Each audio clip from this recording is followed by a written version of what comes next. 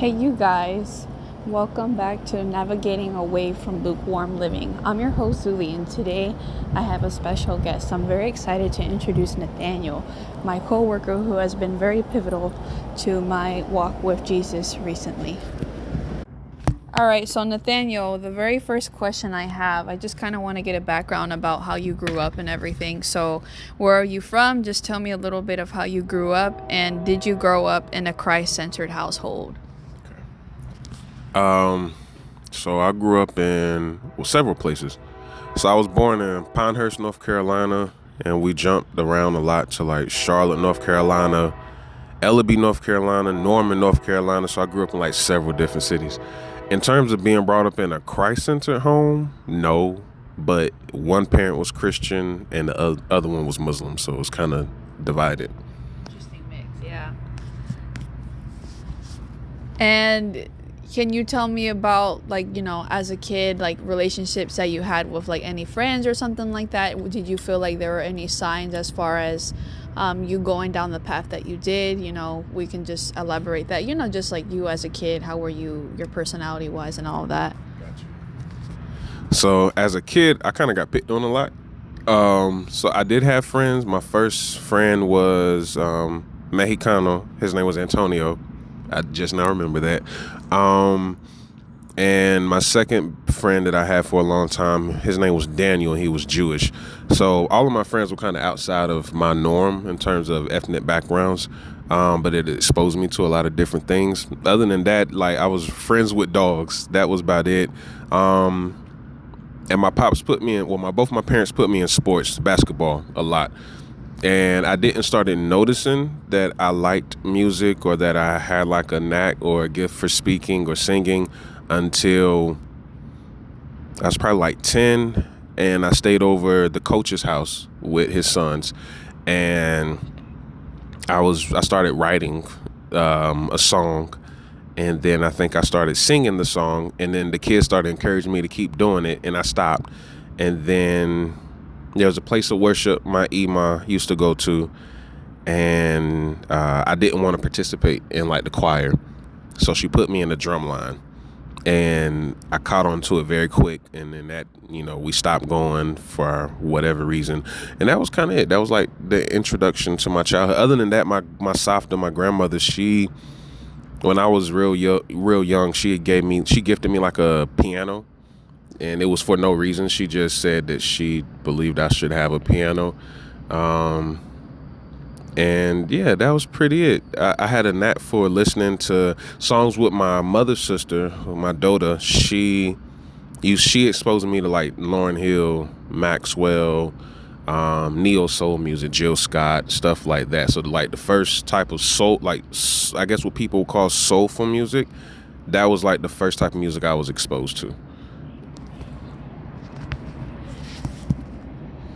And I know, both of us have talked about, what your life was like, especially whenever you were a young adult and, the decisions you made and stuff like that. But can you tell, the audience about what were you like before you came to follow Abba? What would you say was the first encounter you had with him? And what are some ways that you feel like he's changed you? So this is like the real shift,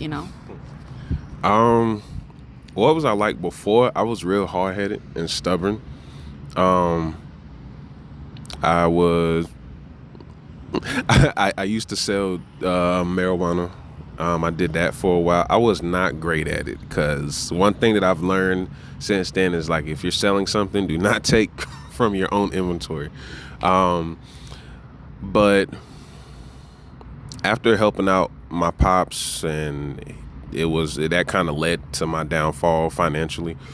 I was homeless, and that's kind of when I started, hearing from him, so to speak. But it was more so in the sense of calmness, because it was so much going on that I didn't necessarily know who to trust or who to depend on.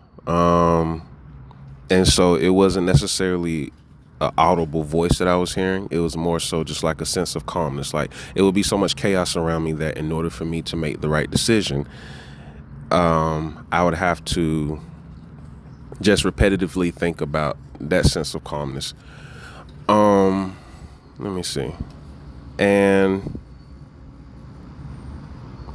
in addition to that, the more I kind of just started going wherever that calmness was, not calmness in my mind, but it was more so like a calmness that just took over me, and I just decided to flow with that. Then I started to gradually hear a voice, and it became more audible. And once I started hearing that voice, then I also started hearing another voice, which was, the voice of the evil one. And that kind of led me to involuntarily being placed in a psych ward. And it was more of like, what I know was a test, because in that whole process, it was very traumatic. That was like the first time someone taught me how to pray. It was a Catholic guy who was in there too. At this point, I hadn't even been in a psych ward. It was like a whole stabilization area where they put certain patients in some part of the hospital. And it was 3 guys, including myself. And one was Catholic, and he was Mexicano. And then there was another guy who was Afro-American, and he never talked. He never spoke. And I remember they put me in the bed. And in the room, we each had like our own little cubicle room with a bed in it. And I remember that he had came to my room. I don't know how he got in there, but he came to my room. And I remember he said, "Do you pray?" I said, "No." And he said, "Do you know how to pray?" I said, "No." And so he taught me the Catholic prayer. Like, he literally got on his knees in the room with me, and I got on my knees, and he taught me the Catholic prayer. And so then I was like, that's kind of odd. And so then the physicians and the nurses started trying to come in and check on me periodically, and they were just like trying to get a sense of my mental state. And I remember it got to a point to where I felt so calm in that place that the Afro-American man would actually stand in front of my doorway, and they would have to ask him to move. And I remember the last time I was in there, they asked him to move, and I saw him look back at me. And I was laying in the bed, and I just told him to go, he can move. Like, I gave him permission to move, and he moved. And then the people came, and they convinced me to sign a piece of paper saying they was going to take me to a bigger bed. And I didn't know that was going to lead to the psych ward. And so they took me into the psych ward, and I had I went through 3 different roommates. I stayed in the same room, but I had roommates that left quicker than I did. And I remember the last roommate I had was named Solomon. And that's kind of when I started getting more into the scriptures, because I was like, that name sounds familiar.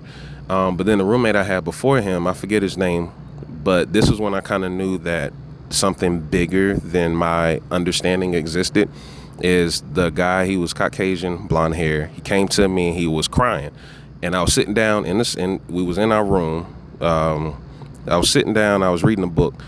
And I think I was reading, it was supposed to be something about the tales of Mary Magdalene. And the guy came up to me, he started crying, and he said, "I apologize." And I said, "What are you apologizing for?" And he said that he grew up being told that black people were a certain way. And he said, but since he's been in this room with me, he realizes that he's not. And he said he realizes that we're not a certain way, or not all black people. And he said he, doesn't want to be this way, and he wants to change. And he was looking at me. He said, like, why he's crying. And he said, "What can I do?" And literally, it was like the words just came flowing out my mouth. And I said, "Go in the shower." I said, "Wash yourself and pretend the water is running over you and it's making you a new person." And I said, "After that, you'll never be the same." He literally, he got discharged less than 24 hours later. And then that's kind of when I was like, okay, maybe like something is going on and I'm not aware of it. And I think I was almost in the psych ward for almost a month. And it was probably like a whole process of trying to learn to forgive, because one of the nurses, I remembered, we attended undergrad together, but she ignored me the whole time.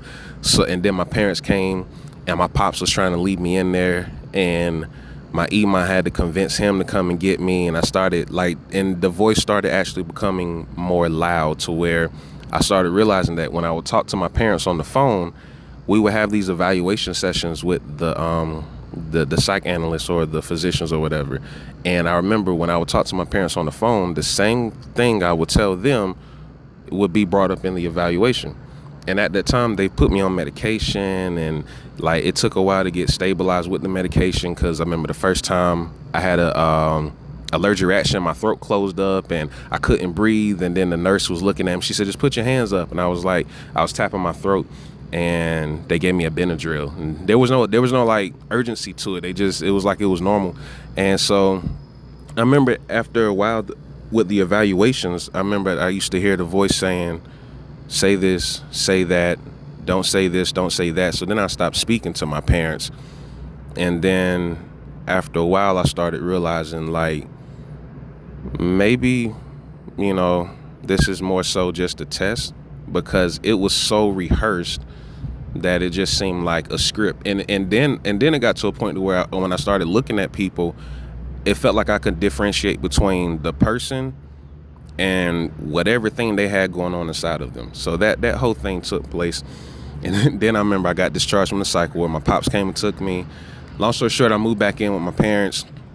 And then things kind of got a little strange for me, because I was in there for so long. I was in there for so long that I wasn't in the rest of like normal civilization whenever they switched the whole debit card features where you could tap it.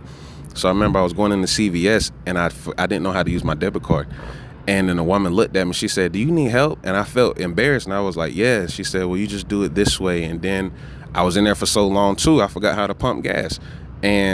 But there was no one that reintroduced me really to certain normal things. And then I remember I started looking at people, and when I would look at certain people, I would see black in their eyes. And then that was one of the things that kind of, led me into the psych ward. And it kind of just started, it gradually increased from there up until I started isolating myself. But it wasn't necessarily in a negative way. But I realized that the more I listened to this voice, and the more I didn't try to have peace in my mind, but I just adapted to whatever peace was taking over my whole existence, or my whole person, that it was something that was worth listening to. And it was either like I could stay mad, I can be unforgiving, or I can like just ride this whole journey out of this path out with this feeling in this voice. Because at that time I didn't really know that's what it was. I didn't know it was Abba.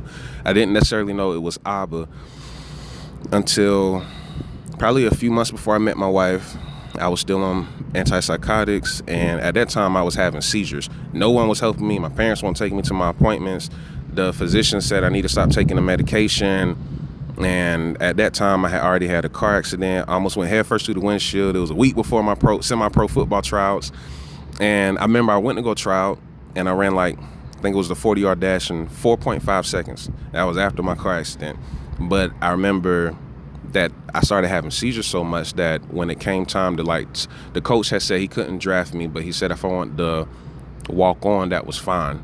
But when it came time to call the coach, I had to tell him no, because something in me just didn't feel right. It didn't feel like I can do it. And then when I went to get a checkup, the physicians had said I had so much head trauma that if I got hit just one solid big time, it would be too difficult for me to come back from it. And so after that, I kind of just lost it. I remember I had drove to a bridge near the condo I was staying at, and I was literally about to just jump off. I was at that point. And I was calling the guys I consider my brothers at the time, and none of them would come. I was literally telling them, I don't feel like I can move. I need someone to come. And they were more so I'm at work, or you can come over here. And then whatever, young ladies I was dealing with at the time, I was, saying the same thing to her, and she was more so you just want attention and stuff like that. And so then I remember I was about to get out the car, and I felt this hand on my shoulder, and it said, "You don't want the pain." He said, the voice said, "You don't want your life to end. You just want the pain to end," something like that. I put it in one of my songs, but after that, I kind of the voice said, "Close the door." I closed the door and said, "Turn the car on." I turned the car on, and it said, "Go back to your place." And then I went back to my place, and I remember I went in the bathroom, and I just started crying. And I was just take the pain away. I don't want to be like this anymore, et cetera, et cetera. And I remember I was I don't even know if I was using the bathroom, but I was in the bathroom sitting on the toilet, and it felt like my heart just stopped, and I couldn't breathe. And I remember like I kind of blacked out, and then I remember the voice told me to reach out to my Ema, and she was no help. And so then after that, I think my professor, he was the head of the English department in undergrad, and he was also one of the professors that had like to say so if you was going to grad school in the English department. And he just reached out to me and he said, if you want a place to stay, you can come stay with us. And that was kind of it. Right after that, I met my wife, and yeah, things just progressed from there. My goodness, what a beautiful redemptive story. Truly, it just shows, like, you know, it even reminds me as, you know, like a follower of Abba and stuff like that, that if you're not a threat to the kingdom, even if you're not walking in that at the time, that the enemy is going to do every single thing possible to try to knock you down, to make you not believe in that voice, because there's no coincidence that, you know, God started speaking to you and then the enemy started coming right after. And, you know, it just shows like how strong of an individual, you know, you've grown to be, because anyone, like, truly, more often than not, if they were in that situation, they walked through all the things that you had, they would have jumped. You know, truthfully. But the thing is, like, you know, some people can hear God's voice like the way you did and still not listen. So, you know, it takes, and you were still in the beginning stages, so that just showed how much of a true follower you're going to be of him, even if you didn't truly comprehend everything that was going on at the time. Like, truthfully, like, it's just amazing to hear about everything. Well, I'm gonna cut it short here right now. Just no, it's fine. No, because it'll totally make sense why we're cutting this episode short. But, you know, like I said, for everyone listening in, this is just a great reminder of, no matter where you come from, what you've been through, that God can use you. You know, just like in the Bible, you know, God uses people who were the unrighteous, the unwanted, the unloved, and he just redeemed them and just allowed them to become incredibly transformed people. You know, just like Simon, he was absolutely, you know, full of anger and everything, and then he still chose him among the masses of his apostles and chose him to be named Peter, you know. And it just shows, like, you know, reminds all of us that, you know, no matter what, God can still use us anyway. That's going to be the end of our episode today on navigating away from lukewarm living. I'm your host, Zuli, and thank you so much for spending time here today, and God bless as always.